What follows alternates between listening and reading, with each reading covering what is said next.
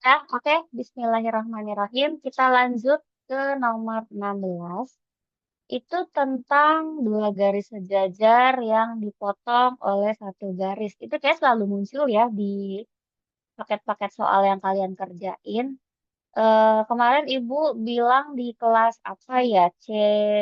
Apa ya, kelas apa ya? Pokoknya untuk mengerjakan soal nomor ini, kalian butuh yang pertama pengetahuan tentang sudut bertolak belakang, sudut sehadap. Itu yang pertama, ya. Sudut sehadap dan sudut bertolak belakang. Yang kedua, tentang eh, sudut berpelurus yang besarnya 180 derajat. Seperti itu. Nah, kita lihat di nomor 16, sudut yang merah, yang atas, nih, yang merah. Kemudian sudut yang kuning, yang bawah. Kalau kita jadikan satu, yang kuning kita pindah ke atas, ke sini, kan posisinya di sini ya? Iya nggak? Nih, jadi posisinya di sini.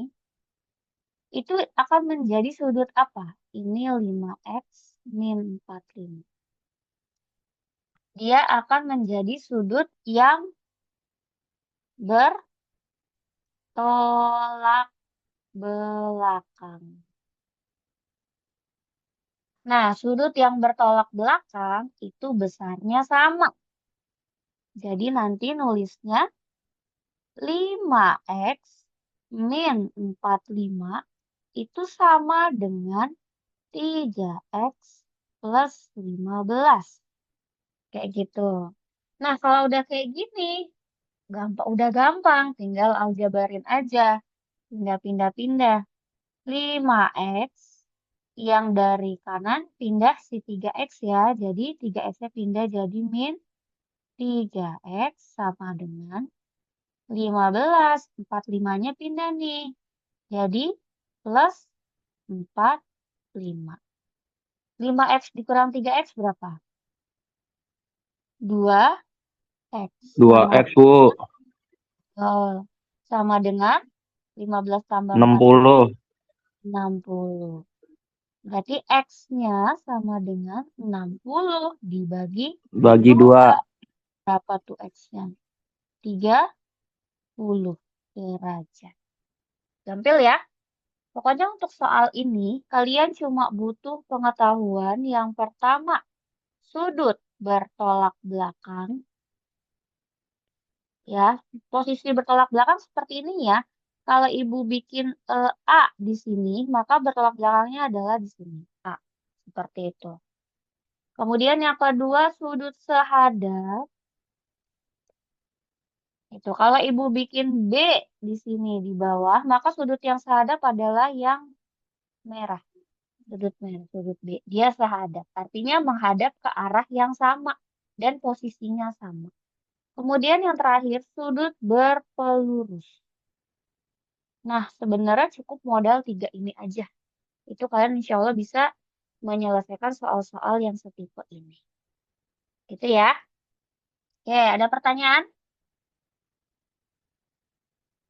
Aman? Bu, Ya, sudut berpelurus yang kayak gimana, Bu? sudut Yang M ya, berpelurus.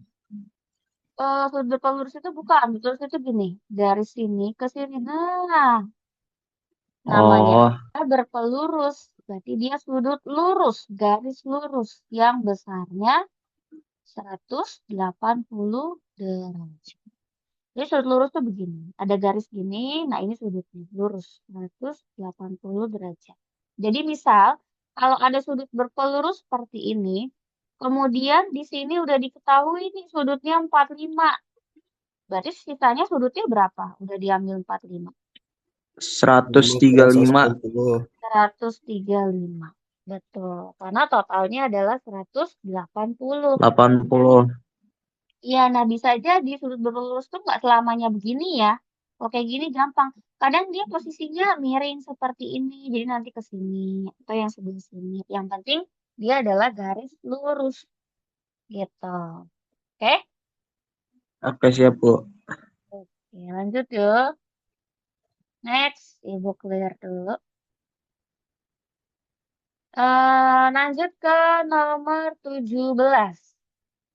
17. Nah, ini 17 tuh gampil ya. Dia tentang apa tuh? Kesebangunan semester 1. Iya nggak? Ada foto diletakkan vertikal atau potret pada sebuah karton berukuran 50 kali 40. Oke, kita gambar dulu kartonnya. Ada karton ini tingginya 50 cm, lebarnya 40 cm. Nah, di sebelah kiri, kanan, dan atas tersisa foto selebar, tersisa foto, tersisa alas karton selebar 5 cm yang tidak tertutup foto. Berarti fotonya di tengah-tengah ya, kayak gini misalnya. Nah, sebelah kirinya 5, tuh gambarnya cantik ya. Kanannya 5, atasnya juga 5. Yang ditanya, berapakah lebar karton bawah? Berarti yang ditanya ini. Katakanlah dia X. Oke, lebar karton dan tinggi karton udah ketemu. Sekarang kita cari dulu lebar foto dan tinggi foto. Ya, berhubung kirinya 5, kanannya 5, berarti otomatis lebar fotonya adalah lebar foto itu adalah 40 lebarnya karton dikurang 10. Sisanya yang tidak tertutup foto. Berarti lebarnya foto adalah 30 cm. Nah, sekarang lebarnya, maaf, tingginya foto. Tinggi foto itu adalah tingginya si karton 50 dikurang 5 nih yang atas ya, dikurang X nih yang bawah. Nah, itu ya. Atau kalau kita mau akhirnya kan mencari X ya. Berarti X itu cara nyarinya 50 dikurang 5 dikurang lebar, maaf, lebar lagi. Dikurang tinggi foto. Berarti X sama dengan 45 dikurang tinggi foto. Nah, tugas kita adalah mencari tinggi foto. Pakai apa? Pakai perbandingan senilai. Ya, pakai perbandingan senilai. Lebar foto. Lebar karton dulu deh. Lebar karton itu berapa? 40. 40. Ketika lebar kartonnya 40, maka lebarnya foto 30. Ya nggak? Nah, kemudian tinggi foto. Tinggi fotonya 50. Ketika tinggi fotonya 50, tinggi kartonnya, ketika tinggi kartonnya 50, berarti tinggi fotonya kan misalkan A, gitu ya. Karena kita belum tahu. Dia adalah A. Nah, kita harus mencari si A-nya ini dulu. Karena dia perbandingan senilai, berarti dikali si rang 40 kali A sama dengan 50 kali 30. Berarti A-nya 50 kali 30 bagi 40. Ini boleh dicoret, jebret. Kemudian kita bagi ya. Bagi 4 bisa, bagi 2 berarti ya. Bagi 2. Oke, kita sama-sama bagi 2. Yang bawah 4 bagi 2, dapatnya 2. Yang atas 25 bagi 2. 25 bagi 2. 50 bagi 2, dapatnya 25. Nah, kemudian kita lihat 25 kali 3. 25 kali 3 itu berapa? 75. 75, Bu. 75, 75 bagi 2. Berapa tuh 75 bagi 2? 32,5. 3, 37,5. 37,5. 37,5. Nah, di sini berarti tinggi fotonya 37,5. Berarti X-nya, kita balik lagi nih ke yang ini. Berarti X-nya sama dengan 45 dikurang 37,5. Berapa tuh dapatnya? 7,5 cm. Berarti si X lebar bawah yang tidak tertutup foto adalah 7,5. Yuk, tanya.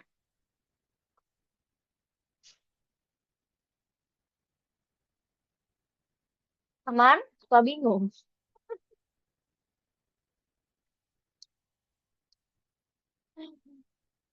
Lanjut ya ke nomor 18. 18. Selembar karton dengan panjang 24 kali 16 akan dibuat jaring-jaring balok tanpa tutup. Jaring-jaring balok tanpa tutup. Caranya adalah dengan memotong dan membuang 4 buah persegi identik berukuran 4 kali 4 cm di setiap sudut karton. Jika sisa karton dilipat membentuk balok, berapakah volume yang terbentuk? Nah, gimana tuh? Kita gambar dulu si kartonnya.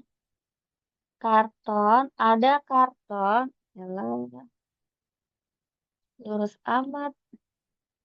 Anggap aja lurus ya, guys.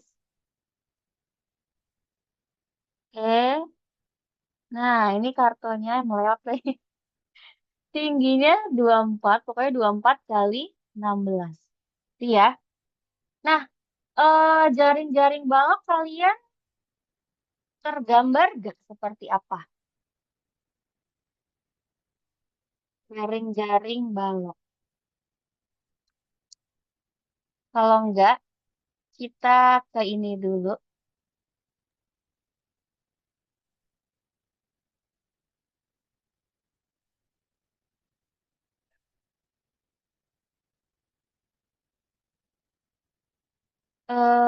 Ibu ke Google ya, kita cari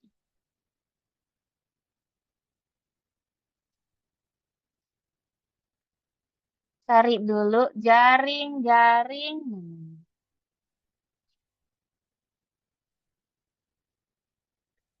Gak bisa guys. Bentar, Google. Jaring-jaring balok. Nah, nih Ibu share ke kalian jaring-jaring balok. Kayak gini ya, gambarannya seperti ini. Nah, tadi yang diminta adalah dipotongnya itu 4 kali 4 ya. Nih, gambaran baloknya seperti ini. Tuh, ada banyak jaring-jaring balok di sini. Kita balik lagi ke soal tadi ya.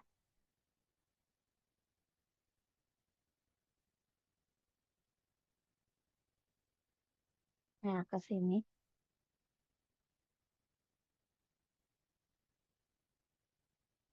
Ya, kartonnya hilang ya. Memotong dan membuang 4 buah persegi identik. Hmm. Ibu buat lagi per baloknya. Oke, gini. Ini 24 yang lebih panjang. Ini 16. Nah, kalau kalian tadi lihat, apa namanya? Jaring-jaringnya, kira-kira mana bagian mana yang dibuang? Nggak ada gambaran. Oh, pojok-pojoknya kayaknya Bu. Pojok-pojoknya. Pojok-pojoknya ya.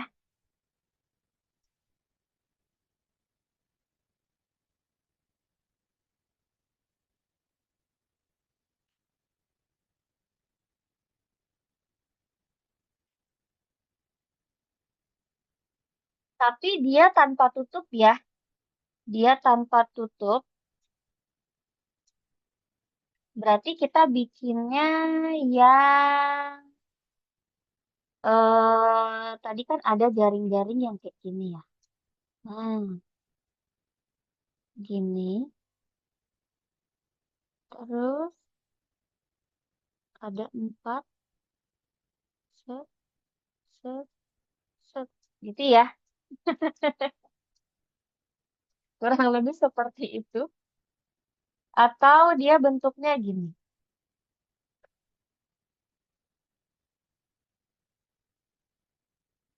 Ini kita bagi 4.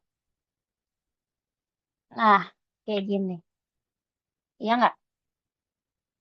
Dan dia Iya, tanpa tutup. Tanpa tutup ya, berarti si kotak kecilnya yang persegi itu cuma satu aja. Gitu. Jadi dia cuma satu aja. Kita lihat tinggi kartonnya. Tinggi kartonnya adalah berapa? 24. 24. 24 ya.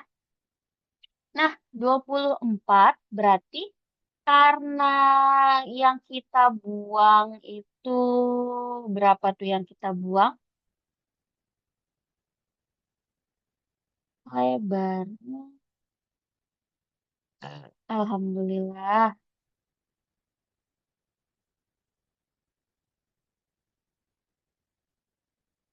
Yang kita buang berarti sisi bagian mana? Jadi kan kita coba yang ini ya. Yang ini. Setiap sudut karton memotong 4 buah persegi identik. 4 buah persegi identik berarti sini satu, sini satu, ini ya. Kemudian sini satu, sini satu. Gitu ya. Nah, ini kan berarti 24 dikurangin 4 dikurangin 4. Kemudian yang 16 dikurang 4 dikurang 4. Gitu. Berarti yang ini itu akan menjadi 16. Iya nggak? Iya, Karena 24 dikurang 8 untuk tingginya. Nah, kemudian lebarnya yang ini itu 16 dikurang 8. Jadi sisa 8. 8. Nah, otomatis kan nanti bentuknya kayak gini nih. Kayak gini. Nah, otomatis nanti dia tingginya kalau misalkan balok itu kan gini. Kalau misalkan dibangun ruang ya, gini kan ya, gini. Nah, otomatis nanti dia panjangnya atau tingginya itu adalah 16. Kesininya 16 karena tadi udah dipotong 8. Kemudian lebarnya ke belakang ke sini menjadi 8 dan tingginya adalah 4 karena yang dipotong kan 4 gitu. Nanti dia menyesuaikan tuh si kartonnya. Nah, maka terbentuklah dari si karton yang masih selembar ini itu akan menjadi seperti ini. Nah, kalau udah bangun seperti itu volumenya gampang kan ya? Tinggal apa? Volume balok itu adalah P P kali L kali kali L T. kali T. Berarti tinggal 16 kali 8 kali 4. Nanti dia akan menghasilkan 512 cm kubik gitu. Ya,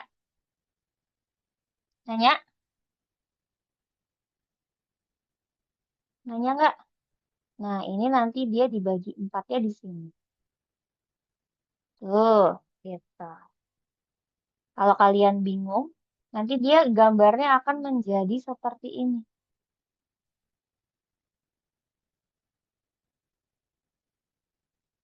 Ini yang atas.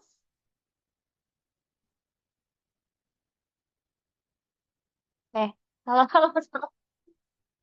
Hmm.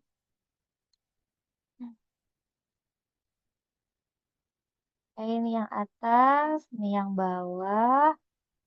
Nah, gini. Nah, dia akan menjadi seperti ini. Karena yang pojok-pojoknya dihilangkan. Itu ya. Berarti bukan yang ini. Bukan pula yang ini. Oke.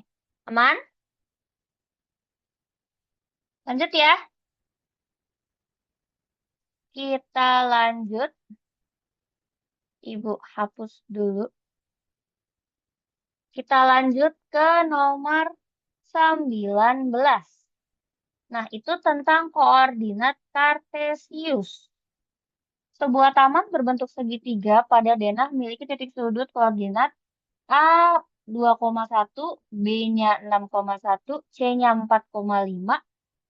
Kemudian, jika arsitek memutuskan untuk memperbesar ukuran taman tersebut menjadi dilatasi dengan faktor skala 2, berapakah luas taman yang baru? Dilatasi itu apa? Diperbesar, ya. Diperbesar, jadi faktor skalanya 2, berarti semuanya dikali 2 kali. Kita lihat yang A dulu. Yang A itu awalnya 2,1. Dilatasi. Faktor skalanya 0,2. Menjadi berapa A aksennya? 4,2. 4,2. Karena dikali 2. Nah, kemudian yang B itu 6,1. Berarti menjadi B aksennya 12,2, Bu. 2. Betul. Kemudian yang C 8,10. aksennya 8,10. Ya, jadi setiap titik kamu kali 2 dulu. Kayak gitu.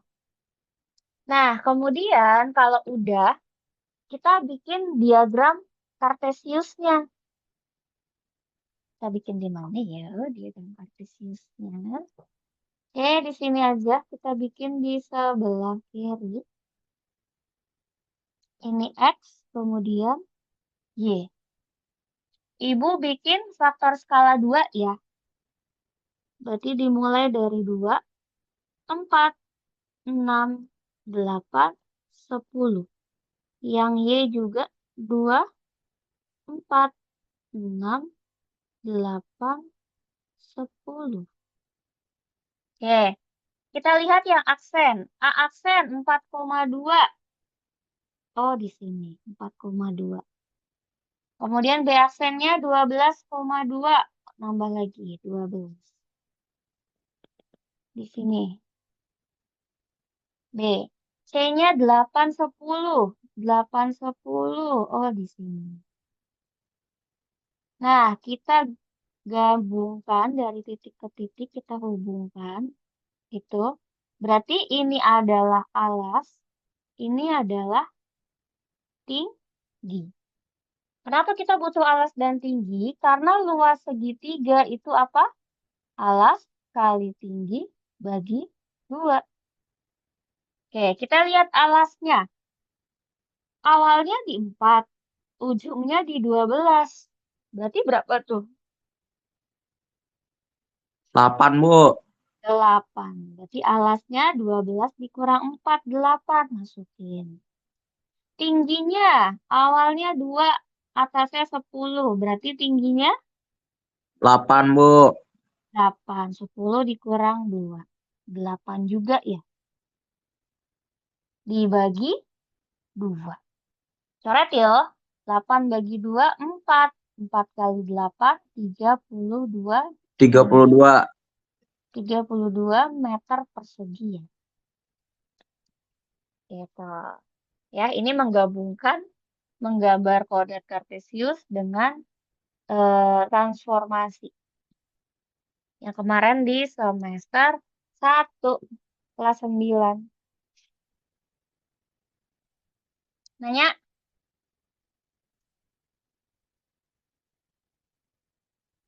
Nanya nggak? Bu, saya Ada? masih bingung, Bu. Sama Masih. tadi yang nentuin alas sama tingginya gimana, Bu? Alasnya tuh kan segitiga bentuknya seperti ini nih. Nah, ya udah, yang si ini kan A aksen, ini B aksen, kemudian C aksen. Kalau misalkan kita pindahin, ya kan bentuknya akan jadi seperti ini. Ini A aksen, ini B aksen, ini C aksen. Nah, kalau udah bentuknya kayak gini, udah dipastikan A aksen ke B aksen itu adalah alas. Sementara tingginya adalah dari titik puncak tegak lurus ke alas. Seperti itu. Ini adalah tinggi. Jadi tingginya bukan yang ini. Tingginya adalah yang tegak lurus dari puncak ke alas. Tegak lurus itu apa? Membentuk sudut siku-siku. Oke, Bu, makasih, Kan? Bu. Oke. Ntar kalian putar-putar aja videonya. Seribu upload. Next, kita lanjut ke nomor 20. Dalam sebuah pola desain pakaian olahraga pada bidang koordinat, sebuah logo diletakkan di titik P. Desainer memindahkan logo tersebut ke posisi baru di Q. Melalui sebuah pergeseran, translasi digeser ya, digeser. Jika terdapat elemen lain yang berupa gambar bintang di titik 1,-2 yang juga digeser dengan arah dan jarak yang sama persis seperti logo pertama, di titik koordinat manakah gambar tersebut akan berada setelah digeser? Kalian ingat semester 1 pergeseran translasi itu diapain? Ditambah, ya nggak? Kalau kalian ingat, misal ada titik A 3,4 ditranslasi oleh 1 dan 2, itu hasilnya apa? A aksen. Ditambahkan ya, 3 tambah 1, 4 tambah 2. Berapa hasilnya A aksennya? 4,6. Ini kan hasil translasinya kan? Ditambah. Nah, pertanyaan nomor 20 adalah ada titik A, katakanlah ini titik P, maaf, ada titik P-nya adalah min 3,4. Ditranslasi, yang kita belum tahu translasinya berapa, tapi hasilnya di posisi baru di titik I, di mana titiknya adalah 2,1. Ini sama aja kayak ada A ditambah B sama dengan C. Berarti kalau kita mau mencari B gimana? Kalau kita mau mencari B, berarti C, A-nya pindah kan ya? Menjadi C dikurang A. Iya nggak? Nah, sekarang kita lihat. Kita kan mau mencari ini nih, yang tidak diketahui dulu, yaitu si B. Berarti B-nya itu adalah tadi C dikurang. Nah, C-nya siapa? C-nya adalah 2,1. 2,1 dikurang A-nya. A-nya adalah ini. Min 3,4. Yuk, kita kurangin. X sama X, Y sama Y. 2 min 3,1 min 4. Berarti berapa tuh? 2 min 3 jadi plus ya. Jadi 5, Iya Bu, 5 min. 5,-3. Nah, berarti itu adalah nanti dia namanya translasinya sebesar 5 min 3. Nah, setelah dapat translasinya, kita bisa menghitung si bintang tadi, si R. Nah, kemudian ada si R, gambar bintang. si R itu tadi titiknya 1,2. Translasinya kita udah dapet nih rumusnya. 5 min 3. Nah, tinggal R aksennya berapa? Tinggal dijumlahin kayak yang A tadi. Berarti 1 tambah 5. 1 tambah 5 berapa? 6,2 tambah min 3. Duanya min ya, maaf. Kurang min. Nah, berarti min 2 tambah min 3. Hasilnya min 5. Gitu. Jadi untuk nomor 20 ini, kamu cari dulu fungsi translasinya itu apa yang memindahkan P ke Q. Dengan cara dikurang. Hasilnya dikurang awalnya. Nah, kalau udah ketemu fungsi translasinya, baru bisa dipakai ke si R. Yaitu 1, min 2 dipindahkan oleh translasi 5 min 3. Hasilnya 6, min 5. Gitu. Seru ya? Seru sekali, guys. Lanjut, lanjut. Kita hapus dulu sebelum lanjut ke soal nomor 21.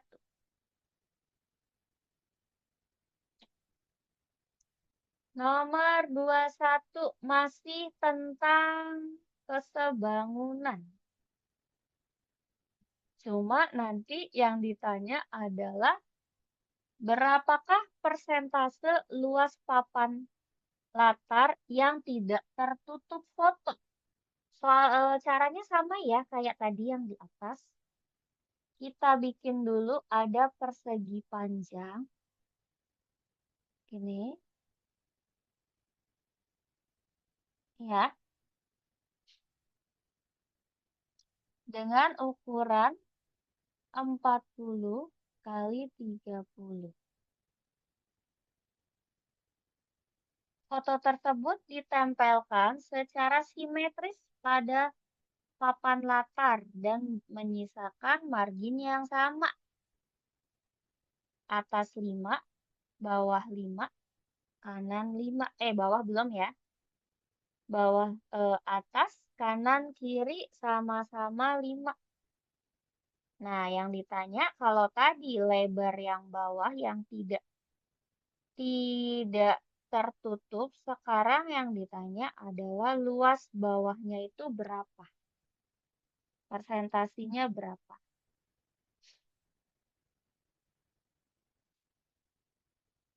Nah, kita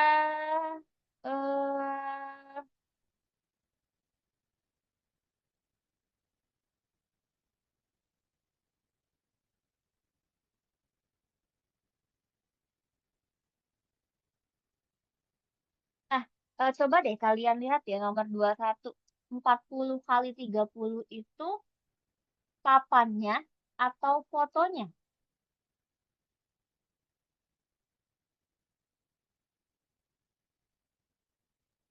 Papannya nggak sih, Bu? Coba baca lagi. Kalau tadi kan soal Eh, sebelumnya papan Fotonya, ya kan? fotonya, Bu. fotonya. Fotonya ya. Betul, fotonya. Nah, kalau yang nomor 21 ini justru yang diketahui adalah fotonya dulu. Ya, fotonya dulu berapa? 40 kali 30. Gitu. Ya. Nah, berarti gampang kalau gini mah. Ada foto, ada foto nih, ada foto 40 kali 30. Ini foto.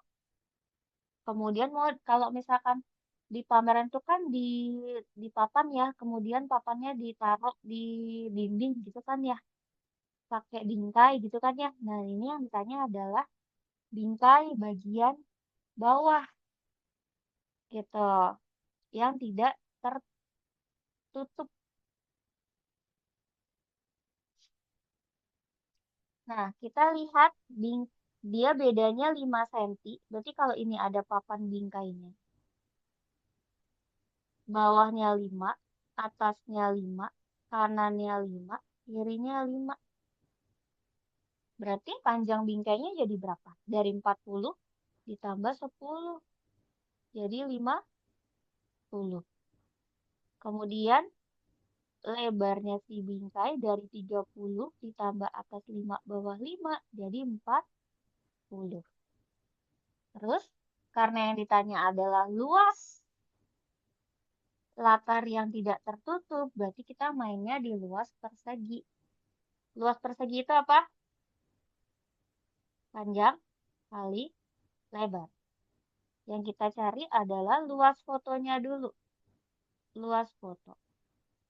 Luas foto tadi 40 kali 30. Jadi berapa? 1.200. Luas bingkai. Luas bingkai itu 50 kali 40. Jadi berapa? 2.000. 2.000. Nah, luas papan yang tidak tertutup foto berarti dikurang. Berarti sama dengan 2.000 dikurang 1.200. Berapa tuh? 800 cm persegi. Tapi kan bukan ini ya yang ditanya ya. Yang ditanya adalah persentasenya. Berarti 800 per total ruangnya atau total luasnya, total luas bingkai, yaitu 2.000 dikali 100%. Habis 2. Ini nolnya masih ada 1, ambil ke sini. Berarti tinggal 8 kali 10, 80 per 2. Maka persentasenya adalah 40%. Gitu. Gitu ya. Iya, Bu.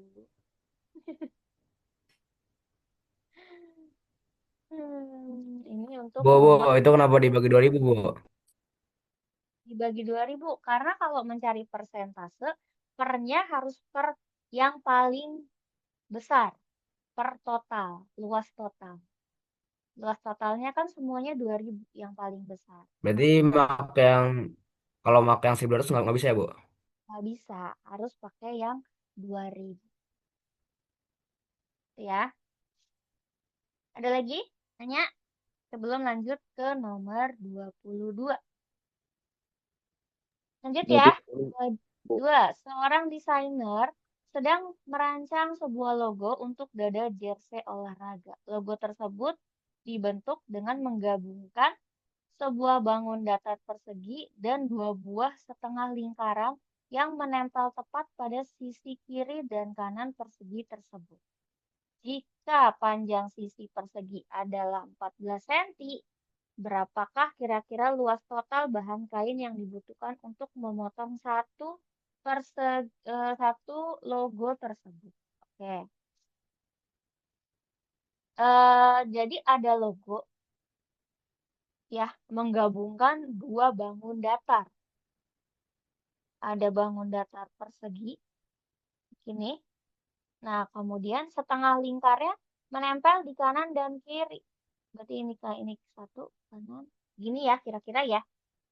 Nah, sisi perseginya adalah 14 cm. 14 cm. Berarti kan sini otomatis 14 ya. Ini 14. Nah, otomatis nanti jari-jari si setengah lingkaran itu setengahnya dari sisi persegi, yaitu 7. Gitu. Ya. Yang ditanya adalah perkiraan luas total. Perkiraan luas total untuk memotong yang dibutuhkan berapa sih bahan kainnya gitu. Nah, berarti kan di sini gimana? Ada satu persegi, ada setengah lingkaran, ada dua. Kalau kita pisah nih, berarti ada satu persegi yang sisinya 14 kali 14, kemudian ada setengah lingkaran 2. Kalau kita gabungkan, akan menjadi 1 lingkaran penuh. Iya nggak? Dengan diameter yang sama kayak persegi, yaitu 14 diameternya. Kalau diameternya 14, berarti jari-jarinya berapa? 7. Nah, tugas kita adalah mencari luas si persegi dan mencari luas si lingkaran, kemudian dijumlah. Luas persegi itu apa, guys? P kali L. Luas persegi. Luas persegi, Sisi. sisi kali sisi. Betul, atau sisi kuadrat. Itu ya. Sisinya 14. Berarti 14 kuadrat berapa tuh? 1, 9, 6. Nah, luas lingkaran apa luas lingkaran? Pi kali R. R kuadrat. Ada kuadratnya ya. Oke, karena jari-jarinya 7, maka kita pakai pi yang 22 per 7. Kali R. Kali R-nya 7, kali 7, kali 7. Ini habis, kita coret. Tinggal 22 kali 7. 22 kali 7, 1, 5, 4. Nah, kemudian kita jumlahkanlah mereka. 196 tambah 154. Berapa nih hasilnya? 6 tambah 4? 0. 350, Bu. Oke, ini 5 ya. Ini 1 di sini. Berarti hasilnya 350. Jawabannya ya. Gitu. Jadi gampil ya. Cuma memang butuh dianalisis soalnya. Ini maksudnya gimana? Itulah PR kalian. Ada yang mau nanya? Aman? Aman ya? Lanjut ke nomor 23. Panitia sekolah menyediakan wadah minuman es berbuah prisma segi 6 beraturan untuk sebuah acara. Prisma itu bedanya prisma sama limas apa? Kalau prisma alas sama tutup sama ya dari atas ke bawah bentuknya. Kalau alasnya segitiga ya berarti tutupnya segitiga. Kalau alasnya segi 6 ya berarti tutupnya juga segi 6. Kalau limas atasnya lancip. Itulah bedanya. Nah, di sini karena dia prisma bentuknya segi 6 berarti alas dan tutupnya sama-sama segi 6. Nah, untuk acara. Diketahui luas alas prima adalah 1.200 cm dan tingginya 50 cm. Ya, ini mah udah gampang banget. Saat ini, wadah tersebut sudah terisi minuman hingga 3/4 dari kapasitas. Berapa literkah volume air yang masih harus ditambahkan? Gampang ya. Volume prisma itu apa volume prisma? Ada yang masih ingat? Volume prisma itu adalah luas alas kali tinggi. Udah, cuma itu aja. Tinggal nanti disesuaikan alasnya bentuknya apa. Kalau alasnya bentuk persegi, berarti luas alasnya adalah luas persegi. Kalau alasnya bentuknya segitiga, maka luas alasnya pakai rumus luas segitiga. Kalau alasnya segi trapesium misalnya, berarti kamu cari dulu luas trapesiumnya, tinggal dikali tingginya berapa. Gitu ya. Dan di nomor 23 ini, kamu udah dikasih tahu luas alasnya itu 1.200 dan tingginya 50. Sudah terisi 3/4. Tinggal apa? Tinggal nyari sisanya berapa sih yang belum keisi. Berarti kita cari apa? Kita cari volume dulu. Volume total itu berapa?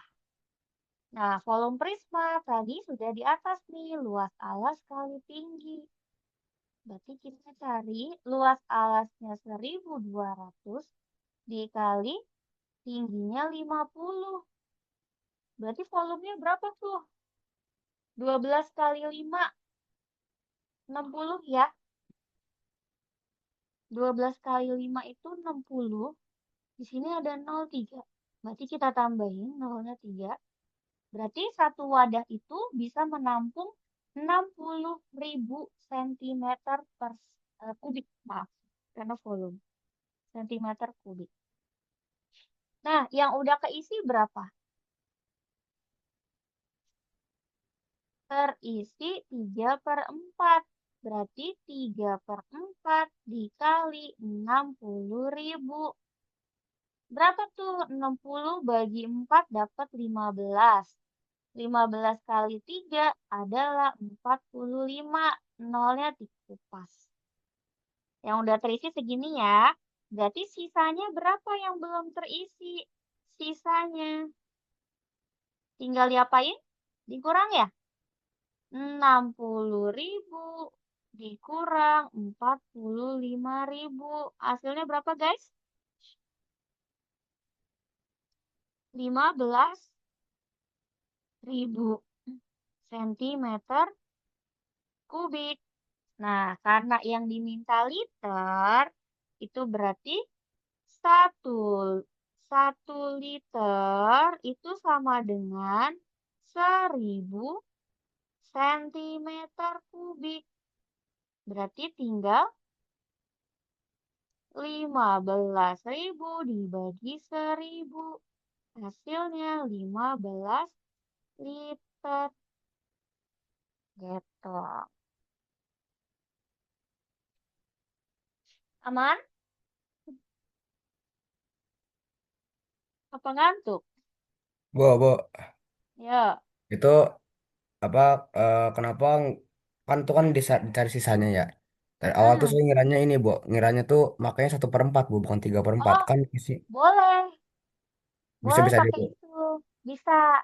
Ya. Karena terisi. Kan awalnya 1 ya. Terisinya 3/4.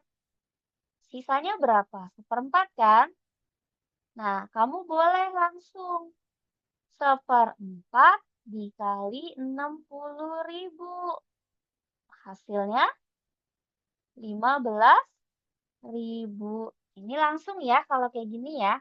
Lebih singkat justru. Nah, 15.000 itu kamu lihat pilihannya A, B, C, D. Mana yang angkanya 15? Oh, yang A. Dapat deh langsung. Gitu ya.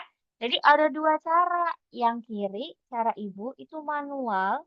Yang kanan, cara cepetnya lebih langsung dikurang aja. 1, itu kita jadikan 1/1. 1/1 dikurang 3/4. Hasilnya adalah 1/4. Gitu ya. Terima kasih, Kumer. Iya, Bu. Sama-sama, Bu. Ada lagi? Lanjut ya. Kita lanjut ke nomor 24. Kita lanjut ke nomor 24. Naikin. Sebuah piala penghargaan turnamen dibentuk dari sebongkah logam padat. Bagian atas berbentuk limas persegi dengan panjang sisi alas 10 cm dan tingginya 12 cm. Sementara itu, bagian bawah dudukannya berbentuk kubus dengan panjang rusuk yang sama dengan alas limas, yaitu 10 cm. Jika setiap 1 cm itu memiliki berat 8 gram, berapakah total berat piala tersebut? Oke, berarti kita cari dulu volume masing-masing ya. Volume masing-masing yaitu volume limas dan volume kubus. Ya nggak? Volume limas, ada yang tahu volume limas? Dia bentuknya limas persegi ya. Limas persegi itu seperti ini. Jadi kayak gini. Oke. Nah, ini piala atas. Kemudian ada dudukannya, kubus. Nah, kayak gini. Berarti ada dua volume, yaitu volumenya kubus sama ditambah volume limas. Di mana alasnya limas itu 10 cm, di sini 10, berarti otomatis kubusnya juga 10 kali 10. Nah, tinggi limasnya itu 12. Oke, kita cari volume kubus. Volume kubus itu apa? S pangkat 3 ya. Sisi kali sisi kali sisi. Berarti 10 pangkat 3. 10 pangkat 3 itu 1000. Volume limas. Volume limas ada yang ingat? Sama, hampir sama kayak volume prisma. Cuma dia pakai sepertiga. Sepertiga luas alas kali tinggi. Sepertiga, karena alasnya bentuknya persegi, berarti sisi kali sisi.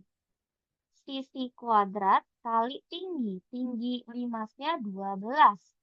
Berarti sepertiga 10 kuadrat kali 12. Adakah yang bisa dicoret?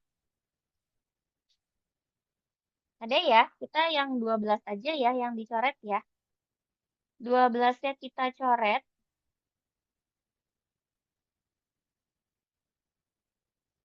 12 bagi 2 hasilnya 6.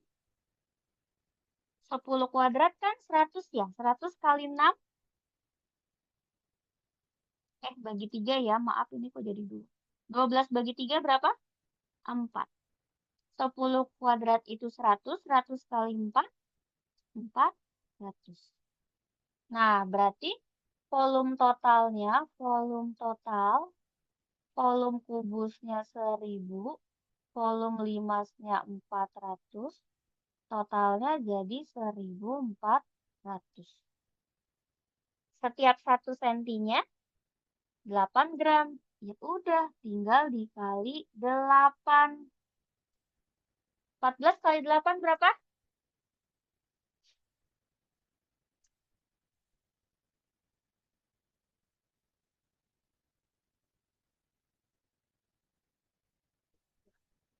14 kali 8? 112. Nolnya 2. Ini masih gram. Kalau dikiloin, 1 kilo berapa gram? 1000. Berarti dibagi 1000 menjadi 11,2 kilo. Sini. Oke, pada ngantuk kalian ya. Kalian jangan pada tidur lagi nonton.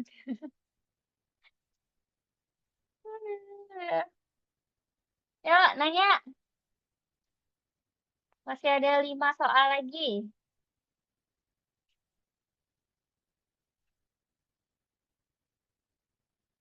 Lanjut. Pada tidur kayaknya benar.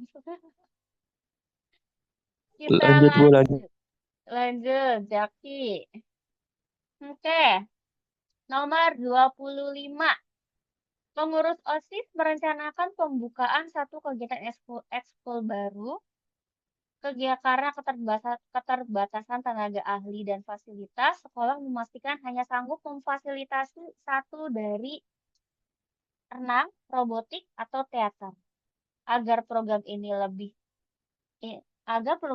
tidak sepi peminat, OSIS perlu menyebar angket untuk mengumpulkan data dari siswa. Dari rumusan pertanyaan angket berikut, mana yang paling valid dan efisien untuk menghasilkan data yang bisa langsung digunakan sebagai dasar pengambilan keputusan? Nah, kalau yang dikunci jawaban kan yang D ya. Kita lihat yang D. Jika sekolah diwajibkan membuka satu program baru bulan ini, manakah di antara renang, robotik, atau teater yang paling ingin Anda ikuti secara rutin? Itu udah langsung ya. Audiens diminta memilih di antara 3 itu, mau renang, robotik, atau teater. Sehingga hasilnya langsung ketahuan. Oh, renang sekian orang, robotik sekian orang, teater sekian orang. Jadi datanya valid, bisa dipilih yang paling banyak peminatnya. Kenapa yang A salah? Karena yang A itu masih umum. Bisa jadi si anak-anak di sekolah itu memilih eskul di luar renang, robotik, dan teater. Bisa jadi dia milih futsal, bisa jadi dia pilih badminton, padahal targetnya adalah cuma 3, renang, robotik, atau teater. Jadi hasilnya nanti nggak valid. Kenapa yang B juga salah? Apakah Anda setuju, sangat setuju dan tidak setuju untuk renang, robotik, dan teater? Karena ada 3 pilihan. Setuju, sangat setuju, dan tidak setuju. Nah, menariknya pilihan B akan menjadi benar kalau jawabannya kita pilih cuma 2 aja. Misalnya, setuju dan tidak setuju. Udah, itu aja. Jadi bisa dilihat ya, nanti yang setuju berapa orang, yang tidak setuju berapa orang. Kalau redaksinya diubah, pilihan B akan menjadi benar. Kenapa saya salah? Apa hobi utama Anda? Nah, ini juga pilihannya nanti umum. Bisa jadi renang, robotik, teater nggak dipilih sama mereka.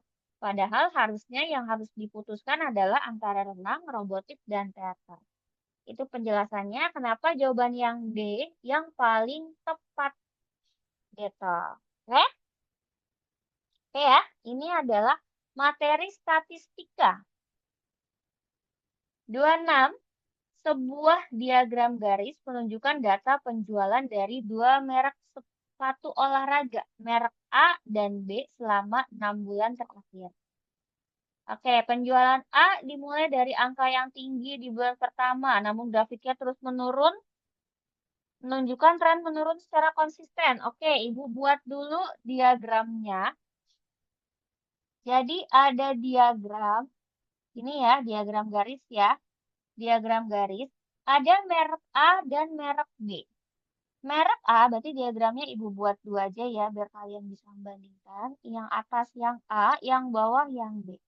Ada bulan 1, bulan 2, bulan 3, 4, 5, 6. Yang kedua juga sama, 1, 2, 3, 4, 5, 6. Untuk merek A, itu bulan pertamanya tinggi. Kemudian bulan berikutnya menurun secara konsisten atau secara konstan. Itu mungkin kira-kira seperti ini grafiknya. Sebaliknya, grafik B awalnya rendah, namun setiap bulan dia tinggi, menyalip merek A pada bulan kelima. Jadi pada bulan kelima dia menyalip nih, kan seperti ini. Ya, kalau kita gabungkan, mungkin yang atas ini adalah grafik A, yang bawah itu adalah grafik B. Nah, mungkin seperti ini. Ini adalah B kalau kita gabung. Pertanyaannya adalah, interpretasi data yang paling tepat itu yang mana? Kita lihat ya. Menambah stok merek A secara besar-besaran karena harganya pasti sedang turun. Apakah benar? Logikanya enggak ya. Kalau dia harganya turun, ngapain kita tambah stok? Justru kita akan makin rugi. Seperti itu. Kemudian yang B, mengurangi stok A dan memperbanyak stok yang B. Itu benar, sesuai hukum permintaan konsumen kalau di IPS ya, kalau nggak salah. Jadi hukum ekonomi gimana? Ada yang ingat? Semakin tinggi permintaan pasar, produksi yang harus dilakukan juga semakin meningkat. Semakin rendah permintaan pasar, berarti produksinya juga harus semakin rendah. Biar apa? Biar ongkos produksinya bisa ditekan. Jadi kita tidak rugi sebagai penjual. Ya, makanya yang B itu benar. Kenapa yang C salah? Mempertahankan stok sama persis. Salah dong. Karena nanti yang A kejual sedikit, sisa di A banyak, sementara yang B karena permintaannya membludak, ada satu titik di mana dia akan kehabisan stok. Nggak ada lagi yang bisa dijual. Jadi dia tidak memenuhi permintaan pasar. Ya, jadi nanti usahanya justru nggak berkembang. Seperti itu. Terus yang D, kenapa salah? Menghentikan total penjualan merek A karena sudah pasti tidak ada pembelian sama sekali di bulan ke-7. Belum tentu juga. Belum tentu juga dia akan selamanya menurun. Bisa jadi memang yang dibutuhkan masyarakat sekarang adalah produk B. Nah, siapa tahu sewaktu-waktu nanti produk A juga akan tetap dibutuhkan. Tapi mungkin hanya dikurangi aja dulu nih selama untuk saat ini. Gitu. Nanti kalau tren pasarnya naik, kita bisa nambah stoknya. Seperti itu ya logika interpretasinya ya. Kenapa jawabannya yang B? Nah, kemudian untuk yang nomor 27, kita lanjutkan di nomor 27. Sambung ya, sampai 30 ya, kita habisi hari ini. Nomor 27, nilai rata-rata ulangan harian 24 orang siswa adalah 75. Keesokan harinya, 2 orang siswa yang sebelumnya absen tidak masuk mengikuti susulan. Nah, ketika 2 orang susulan ini dimasukkan, rata-ratanya naik jadi 76. Jika diketahui selisih nilai kedua siswa yang mengikuti ujian tersebut adalah 4 poin, maka berapa nilai tertinggi di antara mereka berdua? Gitu. Ya. Kita hitung dulu. Untuk rata-rata 24 orang, nilai rata-ratanya adalah 75. Nah, ini kita kali dulu nih. Ada 24, nilainya 75. Kita kali dulu. 24 kali 75. Hasilnya 1.800. Nah, ketika keesokan harinya nambah 2 orang lagi, berarti kan orangnya jadi nambah ya. Dari 24 ditambah 2 jadi 26 siswa. Rata-ratanya itu naik jadi 76. Kita kali lagi. 26 kali 76. Hasilnya 1.976. Nah, berarti nilai 2 orang itu, nilai 2 anak ya, itu adalah 1.976 dikurang 1.800. Berapa tuh dapatnya? 176. Ya. Nah, kemudian, oke. Selisihnya berapa? Selisih 4 poin. Berarti karena dia selisih 4, ya udah. Yang tadi 176 kita kurang 4 dulu. Berapa tuh kurang 4? 172. Ya. Nah, yang 172 kita bagi 2. Berapa dapatnya? 172 bagi 2? 86. Berarti katakanlah ada siswa A yang susulan dapatnya 86, ada siswa B yang juga dapatnya 86. Tapi kita kan masih punya sisa poin tadi ya. Poinnya 4. Poinnya 4 kita tambahkan ke salah satu. Ya udah tambahin aja ke yang A. Berarti yang A nilainya 90, yang B nilainya 86. Nanti mereka kalau ditotalkan 90 tambah 86 hasilnya 176 kayak yang tadi. Tinggal dilihat deh, mana yang nilainya tertinggi, yaitu yang 90. Jawabannya yang C. Gitu. Itu ya, itu jawabannya. Oke, next ke soal nomor 28. Pelatih eskul futsal menganalisis catatan gol yang berhasil dicetak oleh 2 tim dalam 5 kali pertandingan persahabatan. Tim X 2-4-3-5-6, tim Y 4-4-4-3-5. Berdasarkan data di atas, rata-rata kedua tim yaitu sama 4 gol per pertandingan. Namun, jika pelatih membutuhkan tim dengan performa permainan yang paling konsisten dan tidak mudah goyah untuk diikutkan dalam turnamen penting, tim manakah yang harus dipilih beserta analisisnya? Coba, kalau kamu adalah pelatih dengan hasil gol seperti ini, kamu akan pilih tim X atau tim Y? Jawab.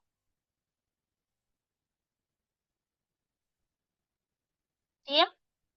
Tim Tim apa? Y, Bu. Apakah masih Tim ada Y. orang? Tim Y, Bu. Tim Y. Tim Y ya. Kenapa? Karena dari hasil golnya dia lebih stabil. Iya nggak? Iya, Nggak Bu. seperti tim X yang dia 2, 4, 3, 5, 6.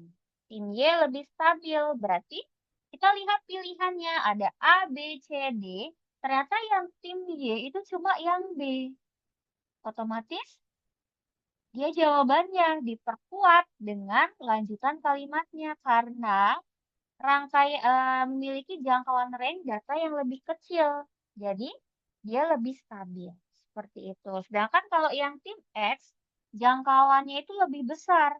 6 dikurang 2 itu 4.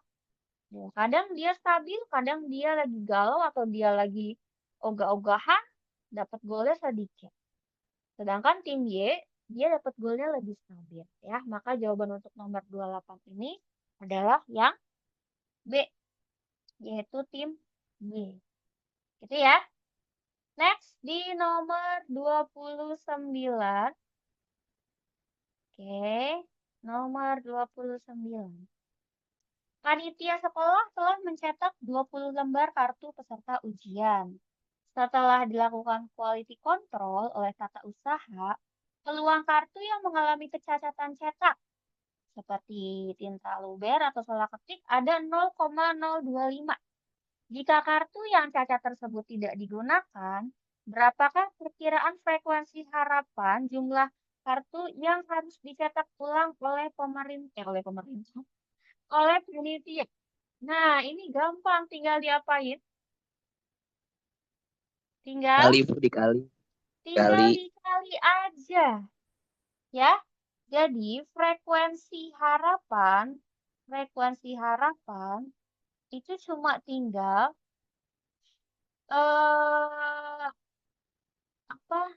peluang dikali berapa kali sih kejadiannya? Nah, di sini kan peluang kartu rusaknya 0,025. Berapa kali kejadiannya telah terjadi? Sebanyak 200 kali. Maka hasilnya ketika dikali 2 kali 25 itu kan 5 ya. 5. Berarti dari 200 lembar ternyata ada 5 lembar yang rusak dan 5 lembar yang harus dicetak ulang. Kayak gitu. Gampang ya kalau yang ini. Next, terakhir nomor 30. Dalam sebuah acara pembagian door prize, panitia menggunakan sistem undian dengan mengambil bola bernomor dan dalam kotak secara acak. Di dalam kotak tersebut terdapat bola yang diberi nomor secara berurutan mulai dari 1 hingga 50. Jika seorang peserta berharap nomor undiannya terpilih, berapakah peluang terpilihnya bola dengan nomor kelipatan 3 atau kelipatan 5 pada pengambilan pertama? Nah, ini gimana? Kemarin kalian ngerjainnya gimana untuk nomor terakhir? Ini adalah materi peluang. Materi peluang itu kelas berapa? Kelas berapa materi peluang?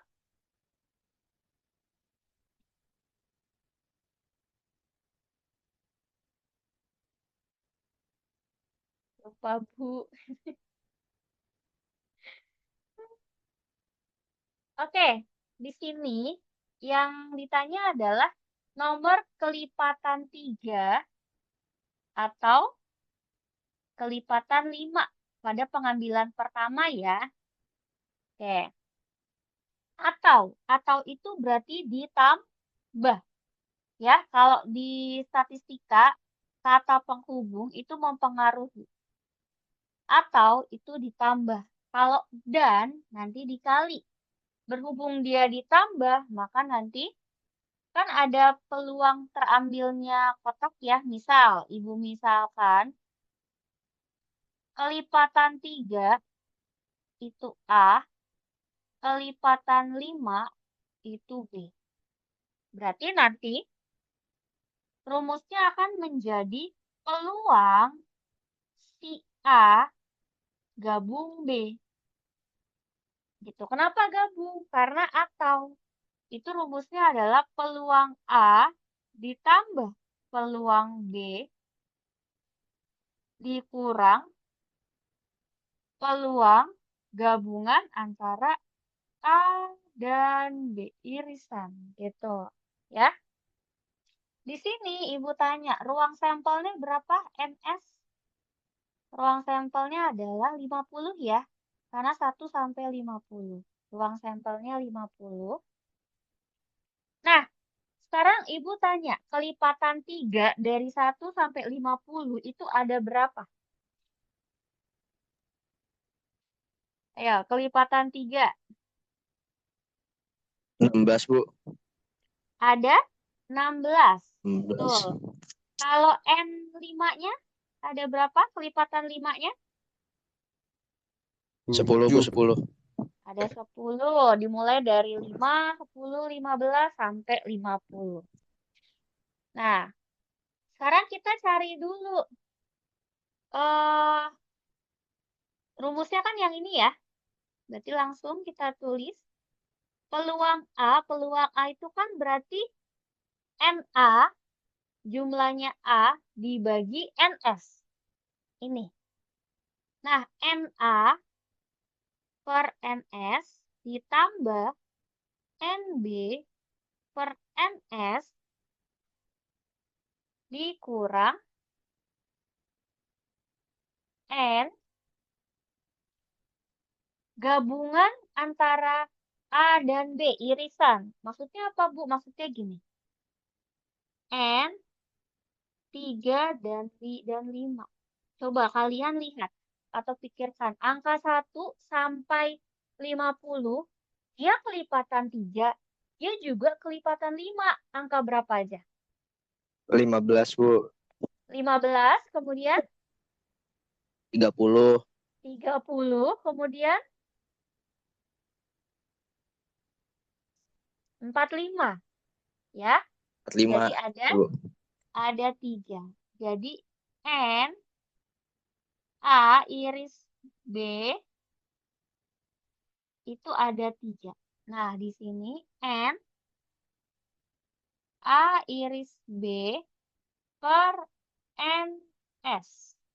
Gitu ya. Nah, kita masukkan semua angkanya. NA-nya 16 per 50 ditambah NB-nya 10 per 50 dikurang N iris A itu 3 per 50. Nah, alhamdulillah bawahnya udah 50 semua. Jadi nggak perlu disamakan penyebut. Tinggal hitung atasnya. 16 tambah 10, 26. 26 dikurang 3, 23 per 50. Jadi jawabannya yang A. Gitu. Yuk, Ibu tanya. itu Yuk. Ibu itu dia dikurang apa namanya 3 karena atau ya Bu. Iya, Kalau misalnya dan dia nggak perlu dikurang 3 jadi 26 nggak per perlu. 50 aja. Jadi cuma dikali aja. Jadi cuma 16 per 50 dikali 10 per 50. Oke, makasih Bu. Yuk. Lagi tanya. Aman?